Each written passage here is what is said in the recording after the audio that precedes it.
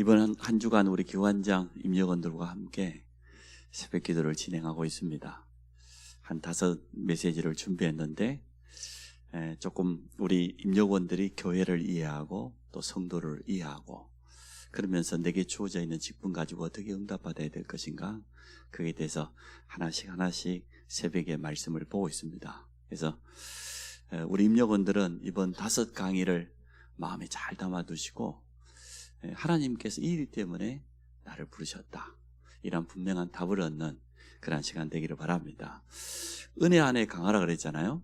바울이 자기 믿음의 아들 디모데에게 네가 그리스도 예수 안에 있는 은혜 속에서 강해라. 하나님은 응답이 먼저가 아니고 말씀의 은혜를 먼저 주시기를 원해요. 그래서 말씀이 정말 우리 속에 담겨지면 성취되게 되기 때문에 제가 우리 200명 가까운 우리 성도들 헌금 봉투를 이틀 동안 다 썼거든요.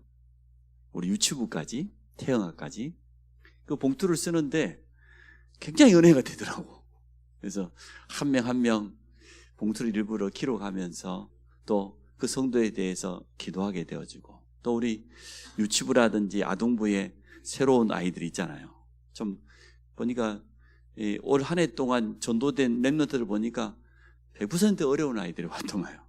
그러니까 더 참 기도가 되어져요. 야, 이렇게 어려운 아이들이 우리 교회에 왔는데 정말 복음받고 힘을 얻고 또 미래가 바뀌는 그런 중요한 축복이 시작되도록 기도하는 마음으로 제가 헌금봉투를 다 기록을 했습니다. 이제 마쳤습니다. 시간이 많이 걸려요. 한 명 한 명 이름을 썼으니까. 근데 제가 느끼기에는 헌금봉투를 기록한 것이 아니고 성도 한 사람 한 사람 이름을 부르면서 기도했다는 생각이 되어져요.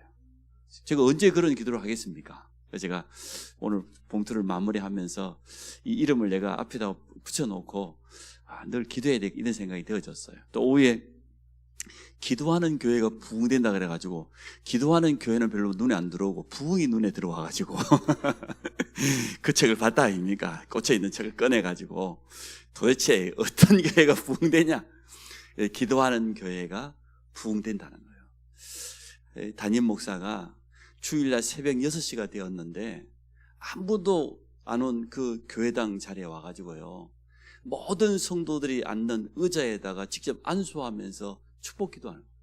특히 그 가운데서 너무너무 어려움 당하고 질병 당해 있는 성도가 앉는 의자들이 정해졌잖아요. 그렇죠? 그 의자에 가서는 눈물을 흘리면서 참 중심을 담아서 기도하고, 성가대원 좌석을 놓고 반주자를 놓고 한 1시간 정도 기도하면 이 목사님을 도와서 늘 교회와 목사님과 성도를 위해서 기도하는 기도팀이 7시에 온대요. 그분들하고 늘 목사님은 기도 제목을 서로 소통한다 그래요. 그 책을 보면서 내 마음속에 참 와닿았어요. 그렇지, 기도하는 교회가 살아나지 기도하지 않는 교회는 죽는 거죠. 그렇지 않습니까? 여러분, 혼자서도 기도할 수 있습니다. 그러나 우리가 특별한 시간에 우리 좀 각 기관의 임직원들이 깨어서 기도하자 그러면 그건 특별한 시간이에요. 1년 내내 특세를 할 수는 없잖아요, 제가. 그래서 여러분 마음 담고 기도해 주시기 바랍니다. 우리 당회원들은 지금 성전 회복을 놓고 본격적으로 지금 릴데이 금식하면서 기도하고 있습니다. 마지막 주간에 우리 당회 때 어떻게 할 것인지 중요한 결정을 놓고, 우리의 생각, 우리의 동기가 전혀 개입되지 않는 하나님이 정말로 원하시는 게 뭔가, 그러면서도 모든 성도들이 은혜가 되어야 될 거 아니에요. 어떤 결정을 내리든 간에 성도들에게 정말로 은혜가 되는 그런 인도받기 위해서 저희들이 기도하고 있습니다. 여러분도 배 위에서 기도해 주시기를 주 이름으로 축복합니다. 그래서 하나님의 은혜로 모든 것을 해야 됩니다. 특히 직분자는 더더욱 그렇습니다. 그러면서 깨어서 기도해라. 기도의 감사함으로 깨어 있어라. 그게 화요일 새벽 기도 아닙니까? 그냥 기도하라 그래도 되는데 감사함으로 또 깨어 있으라 그러면 영적인 우리의 자세잖아요. 영적으로 깨어 있어라. 좋을 때에 잠자고 있을 그때 와가지고 원수가 가라지를 뿌린다 그랬어요. 영적인 의미잖아요. 우리가 영적으로 깨어 있지 못하고 우리 마음이 허탄한 데 두고 그럴 때에 원수가 와서 가라지를 뿌립니다. 24시 기도의 등불을 켜야 될 줄로 믿습니다. 근본 송구 영신 예배는 제가 여러분에게 기도 제목 주지 않습니다. 여러분의 기도 제목을 저에게 가져오셔야 됩니다. 이번 금요일 날 우리 지교회 사역자, 예비 사역자들 금요기도에 있는데 그때 제가 사역자들에게 말씀드리려고 해요. 모든 성도들에게 한 가지에서 세 가지 정도 기도 제목을 받아보십시오. 내가 주는 기도 제목이 아니고 여러분이 정말 원하는 기도 제목이 뭔가 제가 받아보고 싶어요. 받아보고 물론 봉투에 적어가지고 매년마다 내는 분들 있지만 송구 영신 예배 하기 전에 제가 먼저 기도 제목을 받아보고 기도 제목을 수정하기도 하고 함께 기도 제목을 완성해 가기도 하고 그러한 송구 영신 예배를 한번 드려보려고 합니다. 우리 지교회 사역자들이 조금 수고가 필요한데 여러분 많은 협조를 부탁을 드립니다. 오늘 새벽에 했던 메시지입니다. 서로 소통하라. 교회는 한 몸입니다. 우리 몸 안에 피가 온 마지막 말초신경까지 다 전달돼야지 살아나는 것이지 이게 돌다가 말아보면 어떻게 됩니까? 피가 전달되지 않는 그곳에 결국은 썩어집니다. 절단해야 됩니다. 그래서 교회를 향하여서 한 몸이라 했기 때문에 그리스도를 머리로 해서 전 성도가 하나 되어 소통하기를 주의 이름으로 축복합니다. 소통이 할 때에 조금 우리가 기억해야 될 게 있죠. 갈등이 찾아온단 말이죠. 그래서 교회는 갈등을 최고의 기회로 삼아야 됩니다. 이 세상에 갈등 없는 데가 있어요. 가정에는 갈등 없습니까? 부부간에는 갈등 없습니까? 세상에 뭐 직장 가면 갈등 없습니까? 그럴 리가 있습니까? 어떤 현장이든 갈등은 존재해요. 그러나 갈등에 빠지지 말고 갈등을 최고의 기회로 삼는 거, 그게 우리의 믿음 아닙니까? 그게 성도의 자세 아닙니까? 어디에나 있다. 그러나 그 갈등은 전혀 문제되지 않습니다. 그래서 초대교회가 가지고 있었던 많은 갈등들이 있었습니다. 그것도 초대교회는 성령 충만한 주님이 직접 훈련시킨 사도들 중심으로 남겨진 초대교회인도 불구하고 그 교회 안에서도 갈등이 있었어요. 사도행전 5장, 6장 이어지는 거 보세요. 구제운동하는데 어려운 성도들을 돕는데 이것 때문에 초대교회 갈등이 일어났지 않습니까? 히브리파 가부들은 좀 잘 챙겨주고 이방인들과 돌아오는 헬라파 가부들을 제대로 챙겨주지 않아가지고 얼마나 그러겠어요. 그래서 마귀 중에 제일 무서운 마귀가 무슨 마귀라고요? 섭섭마귀. 섭섭마귀. 이 섭섭이가 찾아오면 참 그래요.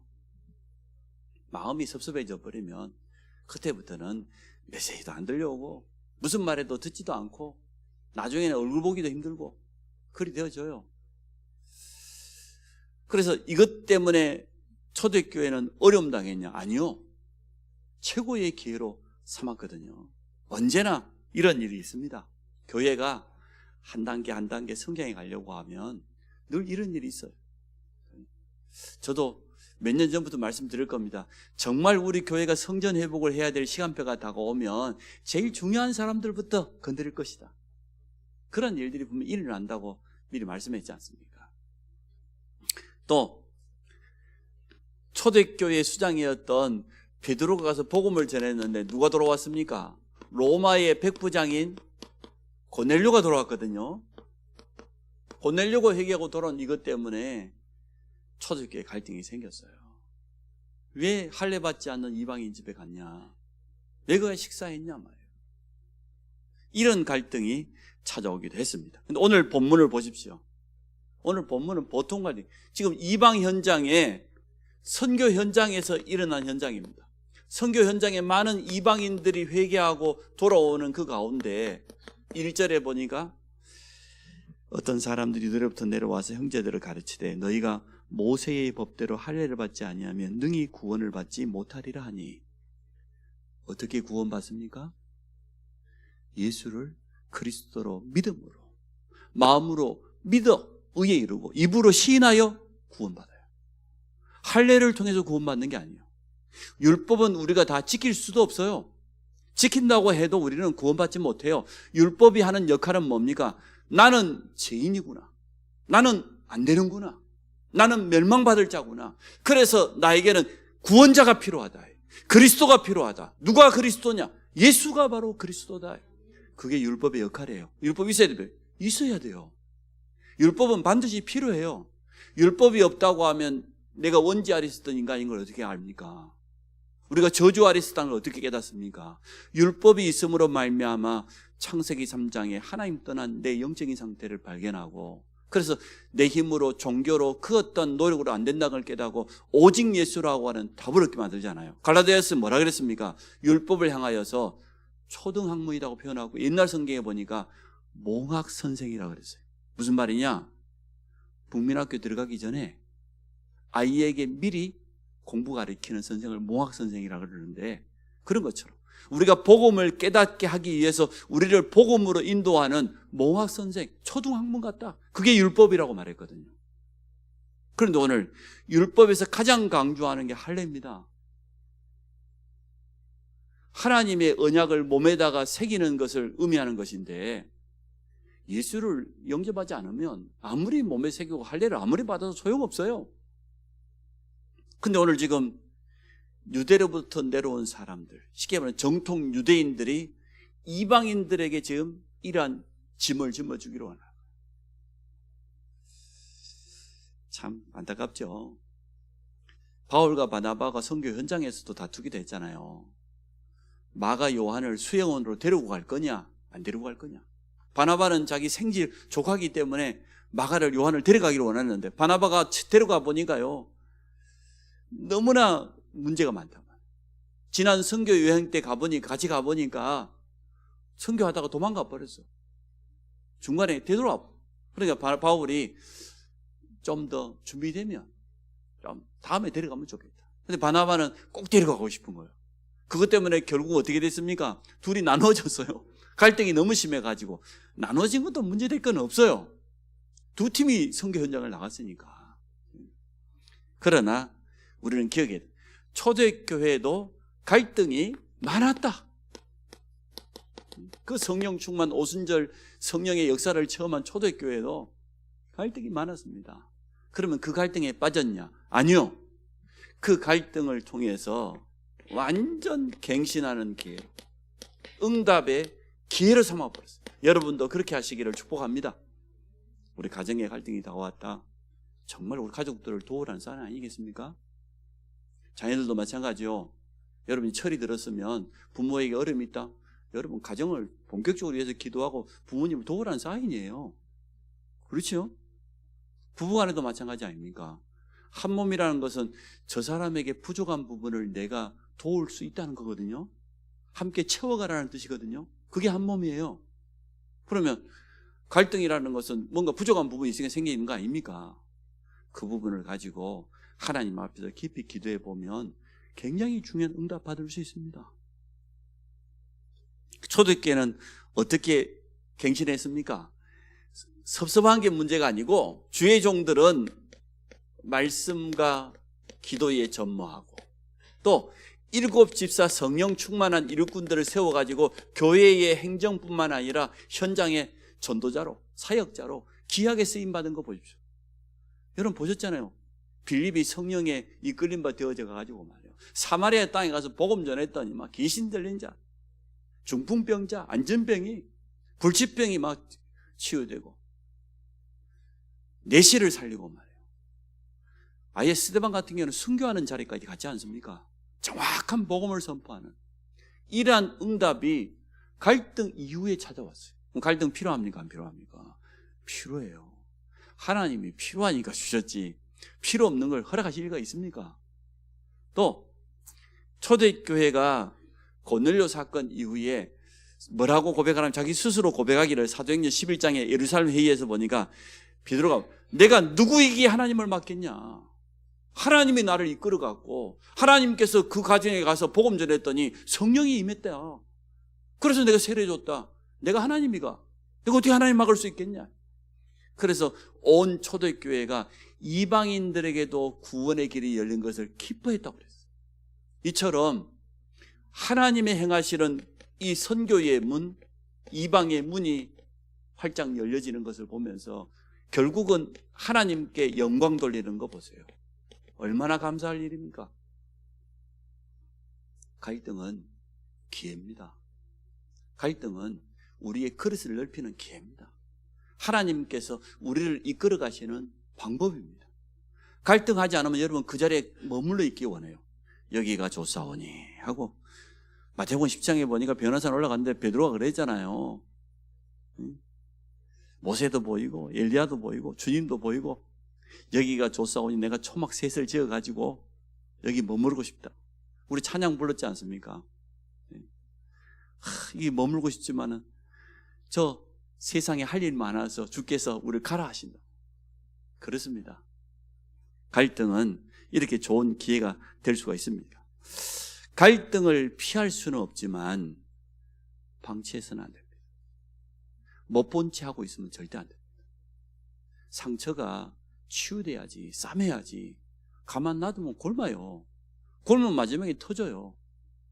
그래서 여기 있는 우리 귀한 수요에 나온 분들은 다 사명자들이니까 교회 안에 갈등이 있다. 그 갈등은 하나님의 최고 기회로, 최고 응답받는 기회로 삼을 수 있다. 그럼 모든 성도들이 갈등하고 있다고 하는 그 사람을 도울 수 있는 그런 축복이 우리에게 있는 것 아닙니까? 그래서 절대로 갈등을 방치하지 마시고 갈등을 통하여서 더 큰 응답 받으시기 바랍니다. 갈라디아 6장 2절에 보니까 너희 짐을 서로 짊어지라는 거예요. 그 말은 나누어 짊어지라는 거죠. 그 사람이 가지고 있는 그 갈등과 문제를 가만 놔두지 말고 나누어서. 그래서 그리하여 그리스도의 법을 성취하라고 우리에게 권면하고 있습니다. 왜냐? 갈등 속에 하나님의 절대 계획이 숨겨져 있어요. 절대 불가능인데 절대 가능으로 가는 방법은 하나님의 절대 계획을 찾는 거예요. 안 됩니다, 우리 힘으로는. 그러나 절대 계획 찾으면 돼요. 이스라엘 백성이 어떻게 가나안 갑니까? 어떻게 출애굽합니까? 그러나 가나안을 향한 하나님의 절대 계획을 발견하고 보니까 절대 불가능이 절대 가능으로 바뀌었잖아요. 초대교회가 어떻게 세계복음합니까? 못합니다. 그러나 하나님의 절대 계획 발견하면 끝나는 거예요. 그래서 하나님 앞에서 우리는 그릇을 준비하는 겁니다. 갱신하면서. 자, 오늘 본문을 봅니다. 오늘 성경 본문에 보니까 선교 현장에서 일어난 겁니다. 어떤 일이 일어났습니까? 할례를 받지 아니하면 능히 구원을 받지 못한다. 초대교회 이게 있었어요. 할례파. 할례를 얼마나 강하게 주장했는지.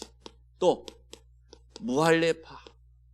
오직 하면은 바울이 유대인들을 만났을 때는 유대인처럼, 이방인들 만났으면 이방인처럼 자기 그렇게 했다고 그랬어요. 이중인격, 삼중인격이 아닙니다. 내가 유대인 만나면 정통 유대인처럼 한 건 그 유대인을 구원하고자 하기 위해서, 이방인 만나면 이방인처럼 하는 것은 그 이방인을 구원하기 위해서. 그러나 바울 속에 있는 진리의 복음은 한치의 오차도 없었어요. 맞죠? 여러분, 복음 외에는 다른 건 진리 아닙니다. 복음 아니, 행정은 이렇게 해도 되고 저렇게 해도 돼요. 어떤 사람이 말하기로요, 아니 어느 선교사님 도우라고 내가 헌금했는데 왜 그걸 갖다 건축헌금에 썼습니까? 그건 교회 당회에서 결정하면 돼요. 교회가 필요하면 선교헌금이든 무슨 헌금이든 필요하면 건축할 때 갖다 끌어다 쓰는 것이고, 건축헌금도 필요하면 선교헌금으로 갖다 쓰는 것이고. 너무나 세상에서 가져오는 그러한 틀을 딱 가지고 있다 보니까 교회 안에서도 꼭 그렇게 해야 된다고 생각하는 사람들이 참 많아요. 그러지 않거든요. 그러니까 할례파도 있고 무할례파도 있고, 이건 진리가 아닌데 비진리를 진리인 양 오늘 주장하는 정통 유대인들 보세요. 그것 때문에 뭔 일이 나도 그랬습니까? 교회 안에 그 밑에 2절에 보니까 바울이 반하고 그들 사이 적지 아니하는 다툼과 변론, 쉽게 말하면 분쟁이 일어났다는 거죠. 많은 말들이 나왔겠죠. 할례 받아야 된다, 안 받아야 된다.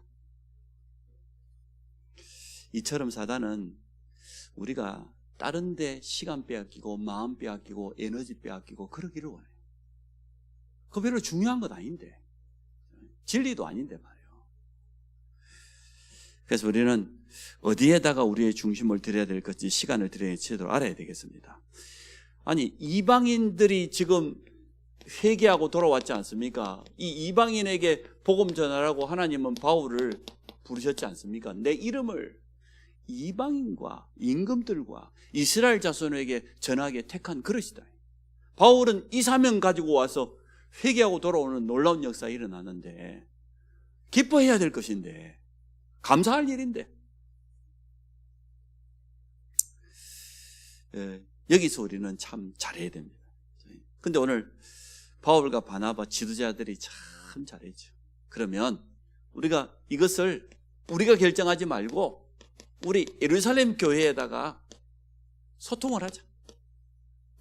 우리가 가서 보고를 하고, 정식으로 보고를 하고, 일어난 일들을 보고하고, 그리고 그 사도들의 지시를 받아서, 도움을 받아서 참 결정.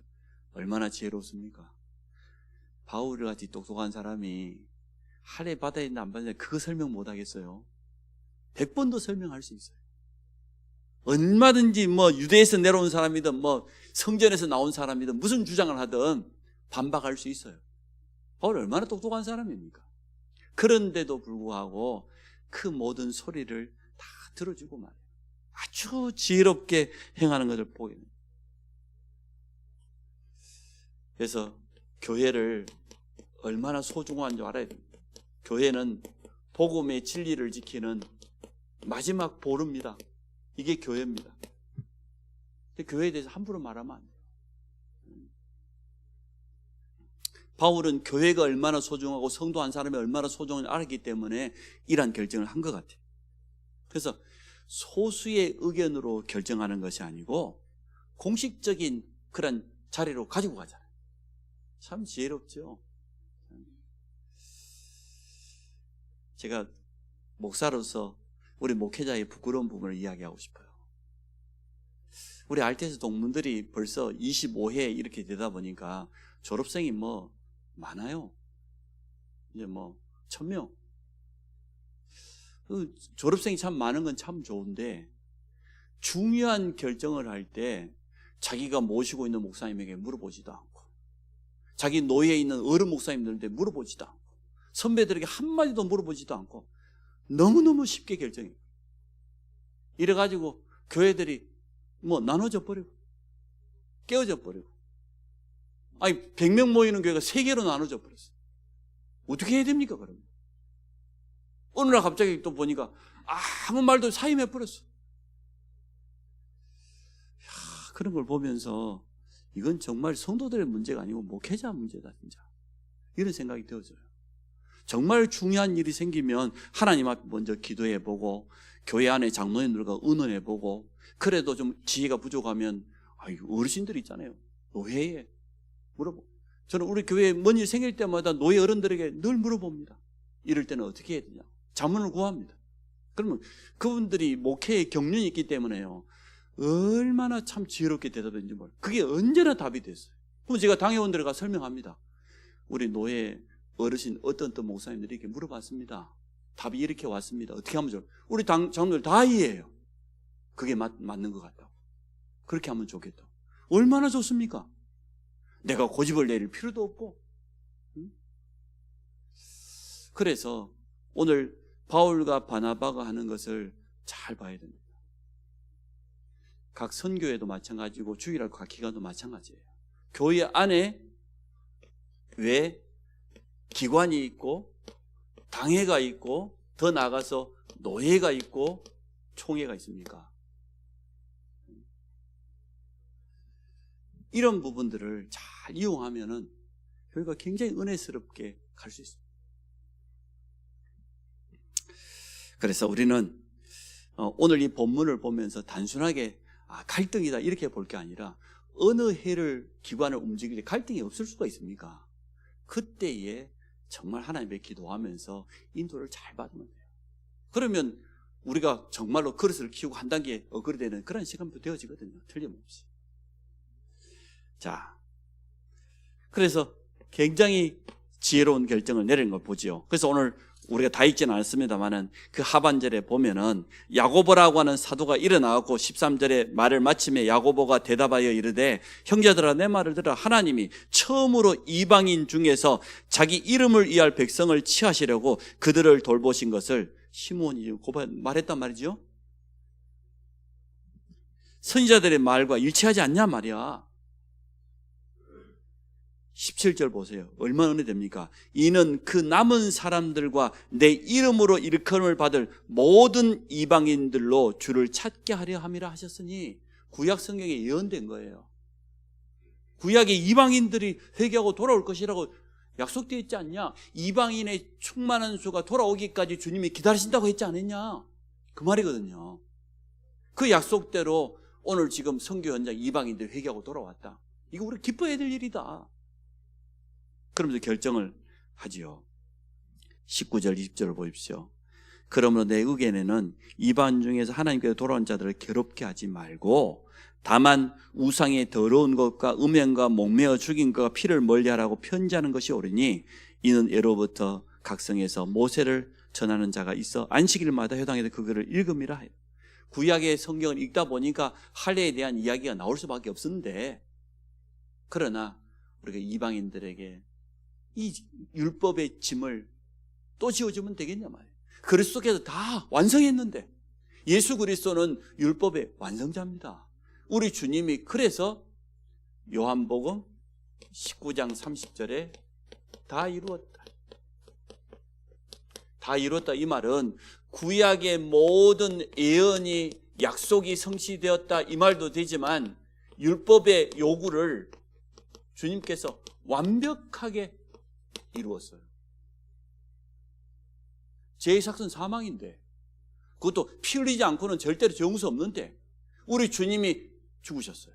우리 주님이 피 흘리셨어요. 우리의 죄를 대속물이 되어져서 율법의 모든 요구를 다 이루었어요. 완성시켰어요. 그래서 참 소중한 복음도 지키고 이방인도 살리고 교회도 지키고 이러한 응답이 온 것을 봅니다. 여러분 소통하시기 바랍니다. 성도를 살리는 길입니다. 교회를 지키는 길입니다. 얘는 그냥 네 알아서 해라. 교회는 그런 데 아닙니다. 그래서 좀 우리하고 안 맞는 사람들이 있죠. 다 맞을 수는 없죠. 그러나 서로 사랑하라. 우리 주님 우리에게 그렇게 막 건면하지 않습니까? 우리가 복음 사랑하고 교회를 사랑하고 성도를 사랑하는 그 마음이 있기 때문에, 그래서 우리가 사역하려고 하면 자존심, 저기 집에 나올 때는 저기다 버려놓고 나와야 돼요. 주일날 교회 나올 때 자존심 가지고 오지 마세요. 누가 쳐다보는 것도 괜히 째려보는 거 이상합니다. 사람 이상해져요. 자존심 생기지 마세요. 그런 거 없습니다. 그래서 세 번째, 소통은 교회를 살리는 게 소통을 통해서. 그래서 성도들을 도와야 되는데 제일 먼저 소통해야 될 게 뭐냐? 가장 먼저 첫 번째, 말씀의 흐름, 또 말씀의 은혜. 이 속에 내가 있어야 돼요. 다른 사람 살리기 전에. 그러면 그거 가지고 소통하게 돼요. 내가 은혜 받은 것을 말하는 건 어렵지 않잖아요. 말씀의 흐름, 말씀이 흘러가지고 모든 곳에, 진짜 성전 문지방에 흘러나오는 물이 흘러가는 것 다 살아난 것처럼 모든 성도, 모든 후대들까지 이 말씀이 다 전달되도록, 온몸 구석구석 다 전달되도록. 오늘 한 몸이니까. 두 번째, 기도의 흐름이 있습니다. 우리 교회 가지고 있는 기도 제목도 있지만 지금 시간표가 있잖아요. 그리고 세 번째, 전도의 흐름도 있지만 전도의 방향. 이렇게 지금부터 그래서 한번 해보십시오. 이 말씀이 내게도 필요하지만 우리 모든 성도들과 어떻게 하면 이 말씀을 가지고 소통할, 가정 안에서도 한번 해보십시오. 우리도 토요일마다 가정예배를 드리는데 이제 큰아들이 대구에 있으니까 줌을 하거든요. 전에는 부산에 대구에 탁각 나눠져 가지고 했는데 줌으로 다 들어와서 그 시간에 하거든요. 제가 그 할 때마다 제가 은혜를 참 많이 받아요. 서로 기도 제목도 나누고 또 우리 가문에 대한 기도, 우리 교회에 중요한 일 있으면 또 같이 기도하기도 하고 얼마나 좋습니까? 그러니까 우리 아이들은 대학 다니면서 객지에 있어도 교회 소식을 다 알죠. 매주마다 포럼을 하니까 그 가정 예배를 드리니까 돌아가면서 예배를 인도하거든요. 얼마나 좋은지 몰라요. 우리 아이들에게 어릴 때부터 이게 잘 이게 체질이 돼야 돼요. 가정 예배를 드리는 것이 일주일에 한 번 정도는 사실은 우리 주일학교 유치부만 돼도 예배 인도할 수 있을 겁니다. 우리 교회는 워낙 수준이 높아가지고 어려서부터 워낙 예배로 이렇게 막 다듬어져 와가지고 예배 인도 한번 해보라 그랬어요. 잘할 겁니다. 사도신경 하자고 하고 찬송 부르자고 하고 말이야. 몸차양도 하면서 은혜스럽게. 그래서 가장 먼저 해야 될 것은 삼으름 소통입니다. 또 이 속에 내가 있는 겁니다. 이렇게 돼야 소통이 되는 것이지. 그럼 막 사람이 인격이 훌륭해가지고 어떤 사람도 받아주고 막 위로해주고 영적으로는 안 통해요. 그 훌륭한 인격이 영적으로는 못 살려요. 아무리 살려지는 거 안 돼요. 영적인 것은 살리는 것은 영이지. 두 번째, 삶 흐름 속에서 소통이 일어나면 되어집니다. 그러면 우리 중요한 일꾼들, 사역자들의 역할은 뭡니까? 제가 앞으로 우리 각 선교회 임원들은 따로 불러가지고 교육을 조금씩 하려고요. 한 달에 한 번 정도는 이렇게 하라고. 교회를 좀 이해시키고 또 직분이 뭔지 좀 이해시키고 임역원이 해야 될 일이 뭔지. 일단 내년 1월 달부터는 대표기도 교육부터 다시 할 겁니다. 그래 해가지고 대표기도를 왜 대표기도가 하는 것인지 말이에요. 어떻게 해야 되는 것인지. 그래서 대표기도를 지도할 수 있는 두 분 장로님을 제가 세워가지고 남녀분 세워가지고 이제는 뭐 주일 오전에 빼놓고는 전부 대표기도문 그거 다 받아가지고 점검도 좀 하고 우리 교회 좀 수준 좀 높입시다. 뭐 여러분 수준 높게 기도를 하긴 하는데 그리고 대표기도는 그렇잖아요. 내 혼자만의 기도가 아니에요. 교회 전체를 대표하기 때문에 그래서 면이 좀 서야 안 되겠습니까? 그런 훈련들이 차근차근 되어질 겁니다. 세 가지를 이 삶 흐름을 소통뿐만 아니라 자신의 삶에 적용할 수 있도록 도와줍니다. 어떻게 말씀이 지금 성취되고 있는지, 지금 어떤 기도 제목을 가지고 지금 도전해야 되는지, 또 진짜 우리 임역원들이 성도들과 소통하려고 하면요 반드시 이거 있어야 돼요. 영적인 힘, 그리고 하나님 주시는 지혜, 소금으로 고르게 안 맞춰. 또 이 중직자나 모든 일꾼 사역자들이 기억해야 될 것은 미안하지만 교역자가 소통할 수 없는 부분이 있어요. 이것 아닙니까? 그 부분을 우리가 할 수 없는 부분, 그 부분을 도와라. 여러분 보면 보일 것 아닙니까? 여러분 아시잖아요. 그래서 우리는 서로 소통하라 이 기도 제목 가지고 응답받기를 원합니다. 그래서 모든 성도는 가지고 있어요. 하나님 앞에 쓰임받을 수밖에 없는 부분을 모든 성도에게 있어요. 모든 성도, 모든 후대에게 하나님이 쓰실 수 있는 장점들이 한 가지 이상은 다 있어요. 그 부분이 귀하게 쓰임받을 수 있도록. 그게 우리 역할입니다. 우리의 소통의 목적은 그 사람을 살리는 것도 목적이지만 그 사람이 힘 얻어가지고 이제는 하나님의 일에, 중요한 일에 쓰임받을 수 있도록, 함께 동역할 수 있도록. 그래서 교회는 뭡니까? 하나입니다. 원내스입니다. 여기까지 갈 수 있도록. 아마 여러분이 오늘 메시지를 잘 생각해 보면 응답받을 게 굉장히 많을 겁니다. 내가 우리 여선교회 임원으로 세워졌어? 여러분 회원 명단 놓고 하루에 한 번씩은 기도하셔야 돼요. 그리고 그 회원들로 소통해야 돼요. 말 못할 어려움들 참 많아요. 그런 부분들을 지혜롭게 지교사역자에게 알려주고, 나중에 지교사역자들이 정리해가지고 저한테 알려주고, 우리 함께 기도하고, 이런 게 필요합니다. 일 다 벌어지고 난 다음에서 올라와요. 사람 다 놓쳐놓고 그때서야. 너무 늦잖아요. 그래서 우리가 뭐 수천 명 되는 교회도 아니고, 그래서 그러한 부분에서 조금 도움이 필요하다고 저는 봅니다. 그래서 저는 내년에는 조금 우리 대학 청년 중심으로 랩런트들하고 좀 소통해야 되겠다. 내가 너무 멀어져 있다는 생각이 들어져요. 또 청소년들도 불러가지고 같이 이야기도 하고 또 상담도 하고 기도 제목도 받고 그러한 시간을 좀 가지려고 해요. 그래서 우리 모든 성도들과 이런 소통이 이루어지도록 여러분 기도해 주시기를 바랍니다. 여러분 소통하십시오. 진짜 보고만 해서 모든 성도와 하나 되기를 주의 이름으로 축복합니다. 하나님, 각 기관에 중요한 임역원들이 세워졌습니다. 저분들이 먼저 사물음 속에 있기를 원합니다. 교회와 성도를 바로 이해하고 또 기도하는 일꾼들이 되도록 축복하여 주셔서 우리 교회가 이제는 언약 안에서 하나 되어지고 온전한 소통과 함께 성도가 은혜 받으면 그 배후에는 반드시 전도의 문이 열리기 때문에 성도를 먼저 살리게 하여 주시고 모든 성도들과 하나 되도록 축복하여 주옵소서. 예수 그리스도 이름으로 기도합니다.